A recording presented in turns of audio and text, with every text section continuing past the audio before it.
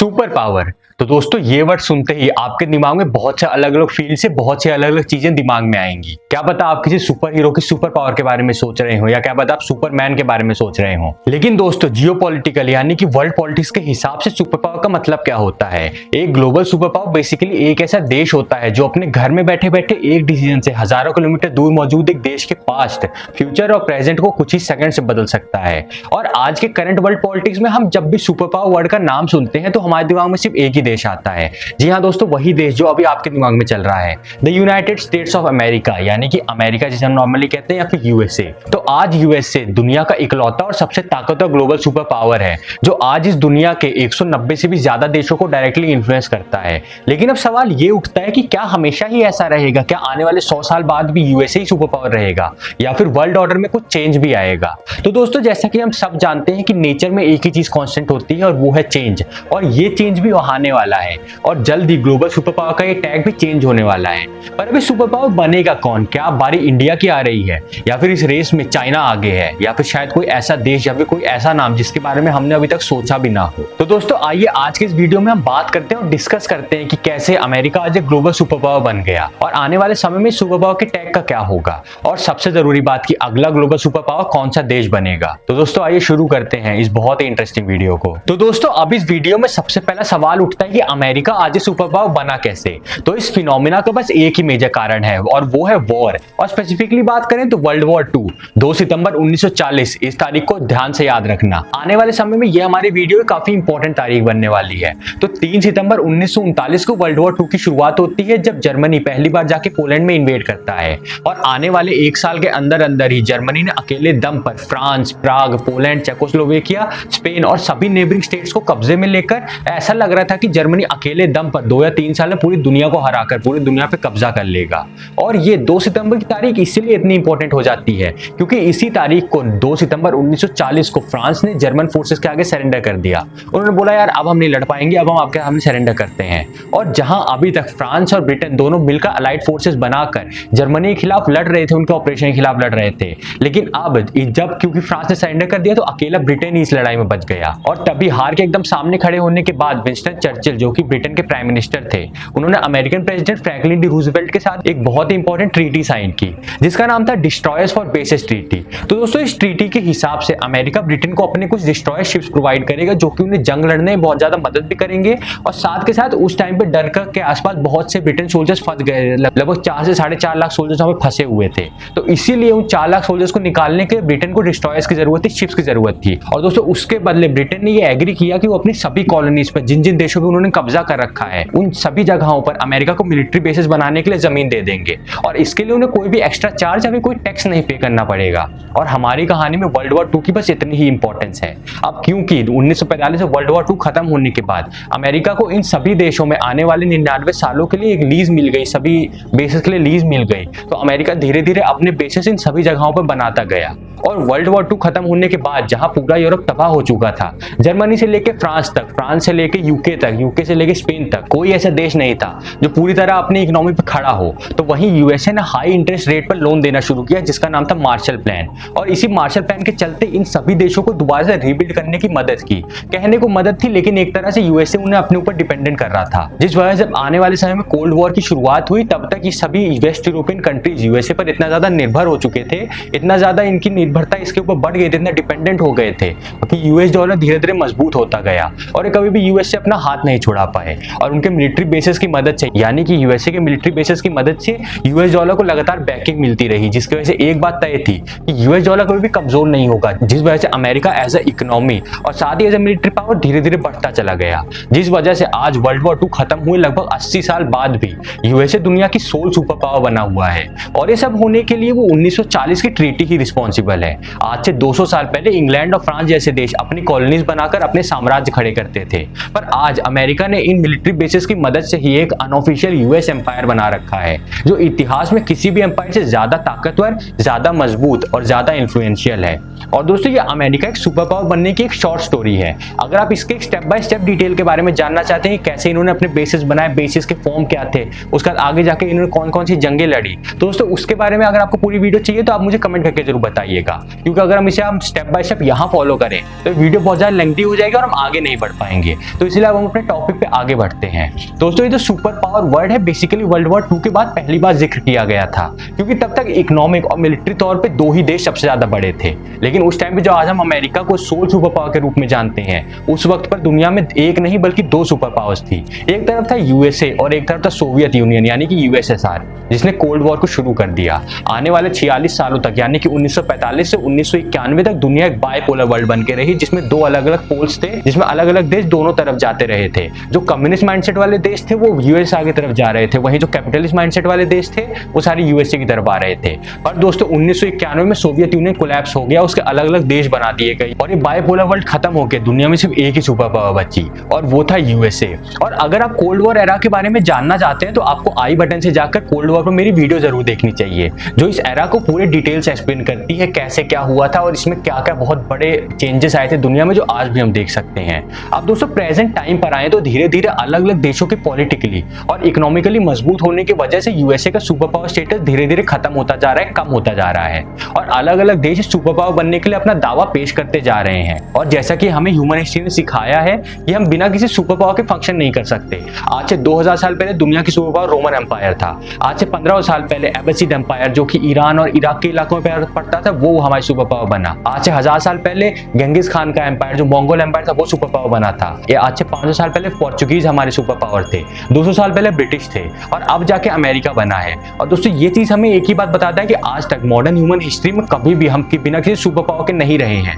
और हमें फंक्शन करने के लिए सुपर पावर की जरूरत बहुत ज्यादा है। तो क्या आने वाले में सिर्फ एक सुपर पावर होंगी या फिर क्या पता 1945 के समय की तरह हमारे पास 2 सुपर पावर होंगी या फिर क्या पता एक भी ना हो। दोस्तों आइए इस बारे में थोड़ा डिटेल से बात करते हैं। तो आज के प्रेजेंट वर्ल्ड पॉलिटिक्स को देखते हुए एक चीज सामने आती है कि आने वाले वक्त में एक सुपर पावर नहीं बल्कि 3 अलग अलग सुपर पावर के टाइप्स यानी कि कैटेगरीज बन जाएंगी, जो थोड़ा बहुत तो एक दूसरे से ओवरलैप जरूर करेंगी पर अपने आप में इंडिपेंडेंट रहेंगी, यानी कि एक दूसरे से अलग रहेंगी। उनको बहुत ज्यादा एक दूसरे के ऊपर डिपेंडेंट नहीं रहना पड़ेगा। और तीनों ऑर्डर ऑफ सुपर पावर्स में से तीसरा यानी कि जो थर्ड है, मैं आपको तीसरे नंबर बताऊंगा, आने वाले वक्त में वही सबसे जरूरी होगा, जिसके बारे में शायद आपने अभी सोचा भी ना हो या फिर सुना भी ना हो। और दोस्तों यही चीज आने वाले समय में दुनिया को बदलने वाली है। तो आने वाले समय में 3 सुपर पावर्स के ऑर्डर्स में सबसे पहला रहेगा मिलिट्री यानी कि सैन्य शक्ति। तो दोस्तों मिलिट्री पावर हमेशा से ही एम्पायर्स बनाने और गिराने का एक बहुत ही बड़ा रीजन रहा है और आने वाले समय में भी यही बहुत ज्यादा इंपॉर्टेंट रहेगा और इसकी इंपॉर्टेंस कभी भी कम नहीं होगी। और इस फील्ड में कोई भी देश ना आज तक अमेरिका को टक्कर दे सका है और ना ही आने वाले समय में कभी दे पाएगा। आज 1940 की उस ट्रीटी की वजह से यूएसए की दुनिया में 850 से भी ज्यादा मिलिट्री बेसेस हैं और आज अमेरिका के अलावा दुनिया में ऐसा कोई भी देश नहीं है जो वर्ल्ड मैप के किसी भी कोने में अपने सोल्जर्स और अपने आर्म फोर्सेस को इतने एफिशिएंटली पहुंचा सकता है। आज दुनिया में जो भी वॉर हो रही है, अगर आप उसमें एक व्यू पॉइंट से देखेंगे तो आप एक ही चीज पाएंगे कि उन सभी वॉर्स में एक ही चीज कॉमन है और वो है यूएसए। रशिया यूक्रेन वॉर में यूक्रेन की मदद यूएसए कर रहा है। इजराइल हमास की जो जंग चल रही है उसमें इजराइल की मदद यूएसए कर रहा है। चाइना और ताइवान में लगातार टेंशन बनी हुई है पिछले 5 सालों से, तो ताइवान में लगातार अपने बेसेस कौन बना रहा है? यूएसए। आज USA Australia, Japan, Germany, France, UK, Trinidad, Bahamas, Argentina, Canada, Pakistan, Bangladesh, इन सभी देशों में अपने मिलिट्री बेसेस बनाकर बैठा हुआ है, जिस वजह से यूएसए के मिलिट्री डोमिनेंस को टक्कर देना लगभग इम्पॉसिबल है। आज अगर आप दुनिया की सबसे बड़ी जीडीपी में से देखेंगे तो उसमें इंडिया और रशिया को छोड़ के लगभग हर टॉप 10 की जीडीपी में अमेरिका का एक ना एक बेस उस देश में मौजूद है और यही अमेरिका की डोमिनेंस को असर्ट करता है, सबसे ज्यादा ऊपर सब देशों के लगाता है। पर यहाँ पर कुछ लोग न्यूक्लियर वॉर के बारे में बात करेंगे। दोस्तों न्यूक्लियर पावर के मामले में रशिया के पास रिपोर्टेडली 5977 वॉरहेड्स हैं यानी कि 5977 न्यूक्लियर बॉम्ब्स हैं, तो वहीं यूएसए के पास रिपोर्टेडली 5428 वॉरहेड्स हैं, जिसमें यूएसए थोड़ा पीछे जरूर है। लेकिन एक चीज कहना गलत नहीं होगा कि न्यूक्लियर वॉर का मतलब इस ह्यूमैनिटी, इस इंसानियत का अंत होगा। तो आने वाले कम से कम कुछ सालों तक तो न्यूक्लियर वॉर का खतरा टला रहेगा, जो एक बात क्लियर करता है कि अमेरिका आने वाले समय में भी मिलिट्री सुपर पावर बना रहेगा और इसकी इस डोमिनेंस को खत्म करना बहुत ही मुश्किल है और कुछ एक्सटेंट तक ये भी कहा जा सकता है कि हो सकता है इम्पॉसिबल भी हो। लेकिन दोस्तों अब अगर हम इस रेस के दूसरे ऑर्डर यानी कि दूसरे एस्पेक्ट की बात करें तो वो है इकोनॉमिक सुपर पावर और ये वो जगह है जहां चीजें बहुत ज्यादा इंटरेस्टिंग होने वाली हैं। तो अभी करंट सिनेरियो में, अभी प्रेजेंट डे में अगर हम देखें तो यूएसए दुनिया की सबसे बड़ी जीडीपी है और इकोनॉमी भी है, पर यह आंकड़ा बहुत ही जल्द चेंज होने वाला है। बहुत सी अलग अलग रिपोर्ट्स की माने तो साल 2030 तक यानी कि आज से 5 साल बाद तक अभी जो चाइना दुनिया की दूसरी सबसे बड़ी इकोनॉमी है वो इस लिस्ट में टॉप पर आ जाएगा और इंडिया जो भी जीडीपी के मामले में 5th नंबर यानी 5वें नंबर पे आता है वो भी 2030 तक 3रे नंबर पर आ जाएगा। पर अगर हम इस डेटा को 2050 तक ट्रैक करें, 2050 तक देखें तो आने वाले सिर्फ 25 सालों में चाइना और इंडिया दुनिया की सबसे बड़ी जीडीपी वाले दो देश होंगे, जो ये शो करता है कि ये दोनों देश आने वाले समय में एक एक्सपोनेंशियल इकोनॉमिक सुपर पावर बन जाएंगे और जिस तरह की ग्रोथ दिखाने वाले हैं पूरे के पूरे वर्ल्ड इकोनॉमी के स्ट्रक्चर को ही ये चेंज कर देंगे। दोस्तों पीडब्ल्यूसी की द वर्ल्ड इन 2050 की एक रिपोर्ट के हिसाब से 2050 तक इंडिया और चाइना अकेले दम पर वर्ल्ड जीडीपी का 35 से लेकर 40% तक कंट्रीब्यूट करेंगे और दोनों ही देशों की जीडीपी साइजेस के एस्टिमेट देखें तो चाइना की जीडीपी लगभग 58.5 ट्रिलियन यानी 58.5 ट्रिलियन डॉलर्स के आसपास रहेगी, तो वहीं इंडिया की जीडीपी 44.1 यूएस डॉलर्स के आसपास रहेगी, जो कि काफी ज्यादा माइंड ब्लोइंग और बहुत ही ज्यादा एक्स्ट्रा ऑर्डिनरी नंबर लगता है सुनने में, लेकिन दोस्तों ये बहुत हद तक पॉसिबल भी है। जिस रिपोर्ट में यह भी बताया गया है कि आने वाले 25 सालों में हमारी वर्ल्ड जीडीपी का साइज डबल होने वाला है और इस चीज को डबल करने में, इस चीज को बढ़ाने में, इस चीज को और ज्यादा बढ़ावा देने में यूरोप या फिर यूएसए का हाथ नहीं बल्कि इमर्जिंग इकोनॉमीज यानी कि E7 का मेन रोल होगा। तो दोस्तों दुनिया में जीडीपी साइजेस को देखते हुए 1990s के वक्त दो अलग अलग ग्रुप्स बनाए गए थे। एक तरफ था ऑफिशियल G7 ग्रुप जिसमें उस समय की दुनिया के सबसे अमीर देश यानी कि USA, UK, France, Germany, Japan, Canada और इटली शामिल थे। तो वहीं एक तरफ China, India, Indonesia, Brazil, Russia, Mexico और टर्की को एक साथ मिलाकर इमर्जिंग 7 यानी कि E7 इकोनॉमीज का टाइटल मिला था, जो काफी हद तक सही भी था क्योंकि 1995 यानी 1995 में इन 7 देशों की total GDP size G7 countries के आधे से भी कम थी। पर वक्त आगे बढ़ा और 2017 में E7 और G7 जीडीपी साइजेस लगभग एक दूसरे के बराबर हो गए। और अब अर्ली और फ्यूचर एस्टिमेट्स के बारे में बात करें तो 2040 आते आते ये E7 इकोनॉमीज जो है जीडीपी के मामले में G7 कंट्रीज से डबल से भी ज्यादा हो जाएंगी, जो ये हमें सोचने में मजबूर करता है कि उस समय आने पर क्या E7 नया G7 नहीं हो जाएगा। जहां यूके छठे नंबर पर आता है वो 2050 आते आते 10वें नंबर पर गिर जाएगा, फ्रांस तो टॉप 10 से ही बाहर हो जाएगा और इटली जो कि अभी भी G7 का मेंबर है वो तो टॉप 20 से ही बाहर हो जाएगा, जो हमें ये दिखाता है कि आने वाले कुछ ही डेकेड्स में एशिया एक थर्ड वर्ल्ड कॉन्टिनेंट से आगे बढ़ एक इकोनॉमिक पावर हाउस बनने वाला है और इंडिया और चाइना दोनों ही मिलकर इस ग्रोथ को आगे बढ़ाएंगे और खुद भी ग्रो करेंगे और लीड भी करेंगे इसी चीज को। लेकिन दोस्तों ये बात तो हम सभी को पता है कि इंडिया और चाइना की कभी से नहीं बनती, ना ही बॉर्डर डिस्प्यूट्स में और ना ही डिप्लोमेटिक रिलेशंस में। तो यहाँ मेन सवाल तो ये खड़ा होता है कि एशिया तो इकोनॉमिक पावर हाउस बन जाएगा पर इंडिया और चाइना में से कौन सा देश इस इकोनॉमिक ग्रोथ को मेनली लीड करेगा। दोस्तों ये सवाल थोड़ा ट्रिकी बन जाता है क्योंकि अभी चाइना की करंट जीडीपी 18 ट्रिलियन डॉलर से भी ज्यादा है, तो वहीं इंडिया भी इस मामले में बैरली 4 ट्रिलियन के नंबर को कभी कभी टच करता है, कभी कभी नीचे आ जाता है। और इसी नंबर को देखकर दुनिया के ज्यादातर इकोनॉमीज 2050 में होने वाले एस्टिमेट्स में हमेशा चाइना को बहुत ज्यादा ऊपर रखते हैं। लेकिन दोस्तों इस चीज में एक बहुत ही बड़ा ट्विस्ट है जिसको बहुत सारे इकोनॉमिस्ट कंसीडर नहीं करते। आज इंडिया और चाइना की पॉपुलेशन लगभग 145 से लेकर 150 करोड़ के आसपास है, जिसमें अभी इंडिया दुनिया का मोस्ट पॉपुलस देश है, लेकिन आज भी चाइना मैन्युफैक्चरिंग में हमसे बहुत बहुत आगे है। दुनिया में बिकने वाले 30 से 40% इलेक्ट्रॉनिक सिर्फ चाइना में ही बनते हैं। लेकिन हम सभी एक चीज भूल जाते हैं कि चाइना की पॉपुलेशन यानी कि चाइना की जनसंख्या एक एजिंग यानी कि बूढ़ी होती हुई पॉपुलेशन है, जहां धीरे धीरे यंग लोग खत्म होते जा रहे हैं और लोग बूढ़े होते जा रहे हैं, जिस वजह से 2050 के एस्टिमेट्स के हिसाब से चाइना की पॉपुलेशन सिर्फ 130 करोड़ के आसपास ही बचेगी, जिसका मतलब है कि वहां यंग लोग धीरे धीरे कम ही होते जाएंगे। तो वहीं इंडिया की पॉपुलेशन अभी बहुत ही यंग है, जहां देश के टोटल पॉपुलेशन का 65% से ज्यादा लोग 35 साल से कम उम्र के हैं, जिस वजह से 2050 तक इंडिया की पॉपुलेशन 170 करोड़ के आसपास होगी, जो सुनने में काफी ज्यादा डरावना और स्कैरी जरूर लगता है। लेकिन इसी पॉपुलेशन को सही तरह इस्तेमाल करके, इसकी पावर को सही तरह हार्नेस करके हम इंडिया को एक मेगा मैन्युफैक्चरिंग हब बना सकते हैं, जिससे हो सकता है कि अगर जीडीपी ग्रोथ को मेंटेन किया गया तो हम जीडीपी साइज के मामले में चाइना को भी पीछे छोड़ देंगे। और दोस्तों इस रेस की शुरुआत पिछले 5 सालों से हो चुकी है, जहां इंडिया ने वेस्टर्न कंट्रीज के साथ अच्छे रिलेशन बनाने के लिए India middle east economic corridor की शुरुआत की है, जो कि चाइना के BRI को टक्कर देने के लिए बनाया गया है। और अगर आप इसके बारे में डिटेल से जानना चाहते हैं तो ऊपर आई बटन से जाके हमारी IMEC की वीडियो जरूर चेकआउट कीजिएगा, उसमें आपको इसके बारे में सारी डिटेल्स पता चल जाएंगी। तो दोस्तों इसीलिए फिलहाल अभी इंडिया और चाइना के बीच इकोनॉमिक सुपर पावर बनने की जंग और रेस अभी भी जारी है, और इस जंग का विनर कौन होगा इस बात के बारे में पता लगने में कम से कम 20 साल का समय लगेगा। और सबसे जरूरी यह होगा कि चाइना अपनी एक्स्ट्रा ऑर्डिनरी जीडीपी ग्रोथ को कब तक मेंटेन कर पाता है, जो इस रेस के रिजल्ट को डिसाइड करने में बहुत बड़ा फैक्टर बनेगा। और दोस्तों अब आते हैं अपने तीसरे सुपर पावर पर, जो आने वाले समय में सबसे जरूरी होगा और यही दुनिया को बदल देगा, और इस एस्पेक्ट का नाम है टेक्नोपोलर सुपर पावर। तो ये समझना थोड़ा सा कॉम्प्लिकेटेड है, तो थोड़ा सा ध्यान दीजिएगा, थोड़ा ध्यान से सुनिएगा तो आपको समझ में आएगा। आज अभी आप ये वीडियो जो अपने फोन में देख रहे हैं, सोचिए इस वीडियो को देखने में जो टेक्नोलॉजी लगी है, इस फोन या लैपटॉप या टैबलेट को बनाने में जो टेक्नोलॉजी लगी है, आज अगर यही टेक्नोलॉजी आपके पास ना हो तो आपका नॉर्मल रूटीन कैसा होगा। तो यहाँ इस चीज को कहने का मतलब ये है कि ये जो टेक्नोपोलर ग्लोबल ऑर्डर है किसी सरकार या किसी भी इलेक्टेड इंडिविजुअल के द्वारा कंट्रोल नहीं किया जाएगा, ना ही किसी कोई ग्रुप ऑफ ऑर्गेनाइजेशन से कंट्रोल करेगी, बल्कि आने वाले समय में इस ग्लोबल ऑर्डर को टेक्नोलॉजी कंपनीज कंट्रोल करेंगी। अब आप एग्जाम्पल के लिए रशिया यूक्रेन वॉर का एग्जाम्पल ले लो। आज हम सभी को पता है कि अमेरिका और उसके साथ ही नेटो कंट्रीज ने यूक्रेन को कितना सपोर्ट प्रोवाइड किया है, हथियार से लेके बहुत सी हाई टेक्नोलॉजीज तक। लेकिन अगर आज यूक्रेन के जनरल अपने सोल्जर से कांटेक्ट ना कर पाते तो क्या होता अगर रशिया की तरफ से हो रहे लगातार साइबर अटैक से यूक्रेन को बचाने के लिए बड़ी बड़ी फर्म्स ना होती।